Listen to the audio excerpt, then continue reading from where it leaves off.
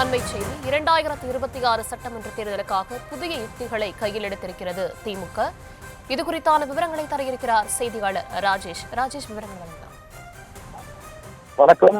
திமுக தற்போது தீவிர தேர்தல் பணிகளை தொடங்கி இருக்கின்றது. தமிழகத்தில் இருக்கக்கூடிய அனைத்து கட்சிகளுமே தேர்தல் பணிகளை தொடங்கி இருக்கக்கூடிய நிலையில் திமுக ஒரு மைக்ரோ லெவல் மேனேஜ்மெண்ட் என்ற அடிப்படையிலே நுட்பமான அந்த பணிகளை செய்வதற்கான ஏற்பாடுகளை செய்திருப்பதாக தகவல் கிடைக்கின்றது. திமுகவை பொறுத்தவரையில் சுமார் 850 பேர் தற்போது ஒன்றிய செயலாளர்களாக இருக்கிறார்கள். கிட்டத்தட்ட ஒரு 25 பஞ்சாயத்துக்கு ஒரு ஒன்றிய செயலாளர் என்ற அளவில் தமிழகம் முழுவதும் ஒரு மாவட்டத்துக்கு கீழே 2-3 ஒன்றிய செயலாளர்கள் என செயல்பட்டு வருகிறார்கள். அந்த எண்ணிக்கையை மேலும் உயர்த்த திமுக திட்டமிட்டிருக்கிறது. ஏற்கனவே மாவட்ட செயலாளர் பொறுப்புகளில் பல்வேறு மாற்றங்களை கொண்டு வந்தது. உதாரணத்துக்கு விழுப்புரம் போன்ற மாவட்டங்களை எடுத்து பார்க்கும்போது ஒரே மாவட்ட செயலாளரின் கீழ் 4 தொகுதிகள் போன்றவையெல்லாம் இருந்த நிலையில் அதனை பிரித்து 2 தொகுதிகள் 3 தொகுதிகள் என்று புதிய மாவட்ட செயலாளர்களை உள்ளே கொண்டு வருவது, ஏற்கனவே இருப்பவர்களிடமிருந்து சில தொகுதிகளை வாங்குவது போன்ற பணிகள் செய்யப்பட்டது. அதாவது ஒரு மாவட்ட செயலாளரிடம் அதிகமான தொகுதிகள் இருந்தால் அவரால் அதிகமான அந்த தேர்தல் பணியாற்ற முடியாது. 2 தொகுதிகள் அல்லது ஒரு தொகுதி இருந்தால்தான் அவரால் நுட்பமாக உள்ளே சென்று பணியாற்ற முடியும் என திமுக தலைமை கருதுகிறது.